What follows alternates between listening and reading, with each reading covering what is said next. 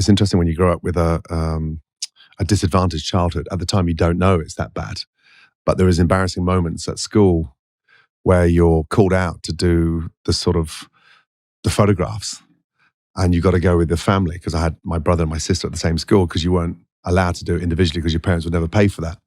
And then there was the embarrassment every day when you went into the refectory for lunch. We had luncheon vouchers and there was a separate queue. And so it was like council house kids on the left-hand side and posh kids on the right-hand side. And that gave you a complex. That gave you a stern warning to get your shit together. So I think that's what helped shape me for that level of hunger to get focused, because I wasn't embarrassed about what my mum put on the table. I was embarrassed about the way it was segregated, in the way that you were made to feel separate from the classroom because your mum and dad couldn't afford to give you any money for school lunch. And we have many people listening to this who, like you, come from a difficult upbringing and a disadvantaged background. But also a lot of people will see you as the hugely famous, hugely successful chef, and not maybe know that story. When you think about how hard those days were, where does your mind take you back to, if you're happy to share, actually how difficult it was? Yeah, I'm grateful. I'm grateful for those moments. There was no distractions in those days. So you sort of clung on to anything that's shiny. And spending time with my mum at work, getting into this little tiny restaurant, helping her prep vegetables was a godsend. That was before football practice. That was after school. But also just growing up and watching her handle 3 jobs. Christmas morning, one of the most exciting mornings for a kid across the year, should be that moment, seeing your mum and dad. But I didn't see my mum because she was out working. So you sort of, you then understand just how hard life can be, and you don't walk around looking for a pity party. You just want to better yourself. You want to put a new benchmark under the name Ramsay and create something different. How did you take the mindset of, because anyone that has that early on, there is a moment where they think, why is this my life? Why do I have challenge? How did you go about turning those negative experiences into positive action?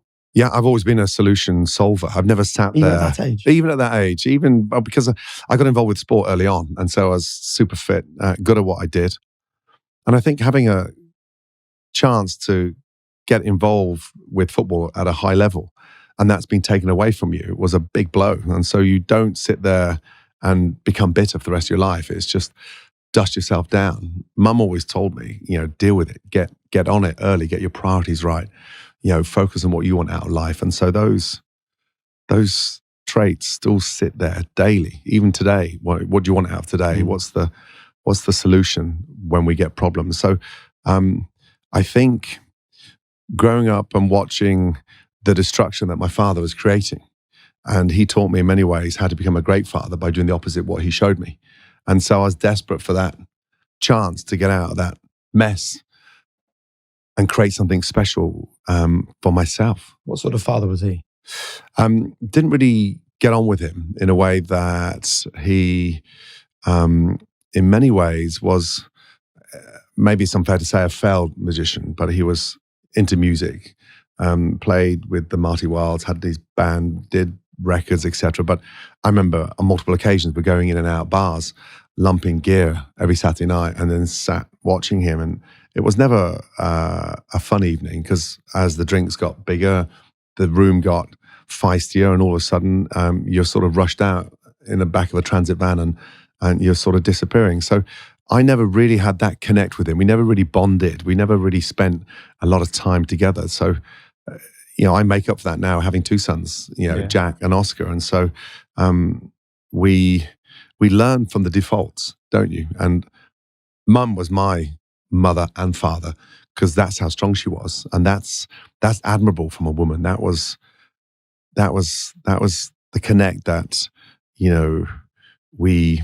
I didn't envisage, because I never thought I'd be looking towards my mum for dad's incompetence, and she filled that void beautifully, and that's an amazing bond when you got that with your mum. And you mentioned football at an early age. You were playing at Rangers, and you said it gets taken away from you. your career was ended really early on by injury, right? Rapidly. I was fit as a fiddle, 6'2", naturally left-footed.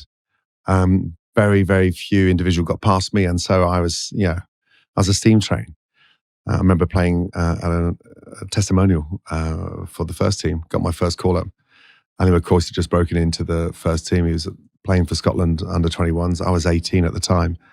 Dave McPherson just got his first big call-up. And so all of a sudden, you're in this amazing team. You're on the sheet. Your name's there, number 3 on the back of the shirt. And I went in for this 50-50 tackle, and it was crunch. And I laid there in such pain, tore my cruciate ligament and smashed my cartilage.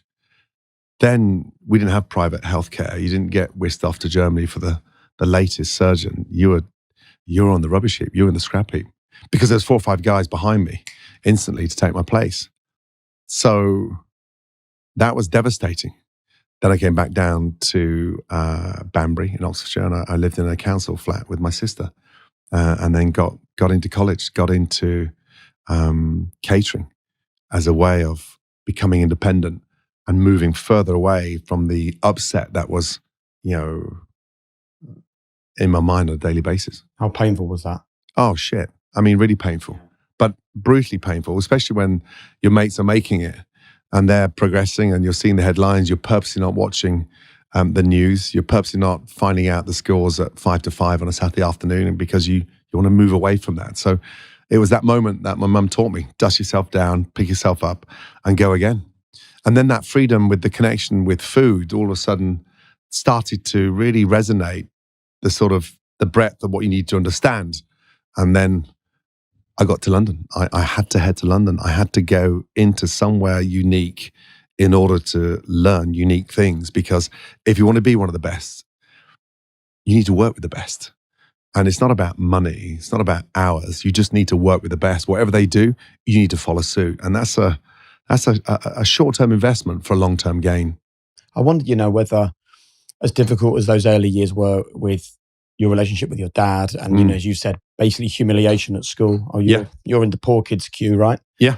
I wonder whether actually those experiences equip you for, at the end of your football career, to kind of find a way forwards. Rather, people get derailed for years after that kind of. Yeah.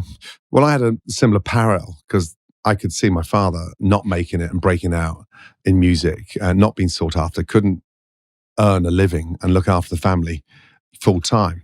He swam for Scotland at the age of 15, and so he had this incredible, strong sort of sport background. But I could see this failed, music guy that wasn't making it. Money was getting less and less. The gigs weren't coming in, and all of a sudden, he ended up playing in crappy bars and sat there with a little pile of CDs, which was embarrassing. So I witnessed him clinging on to something that was never going to happen.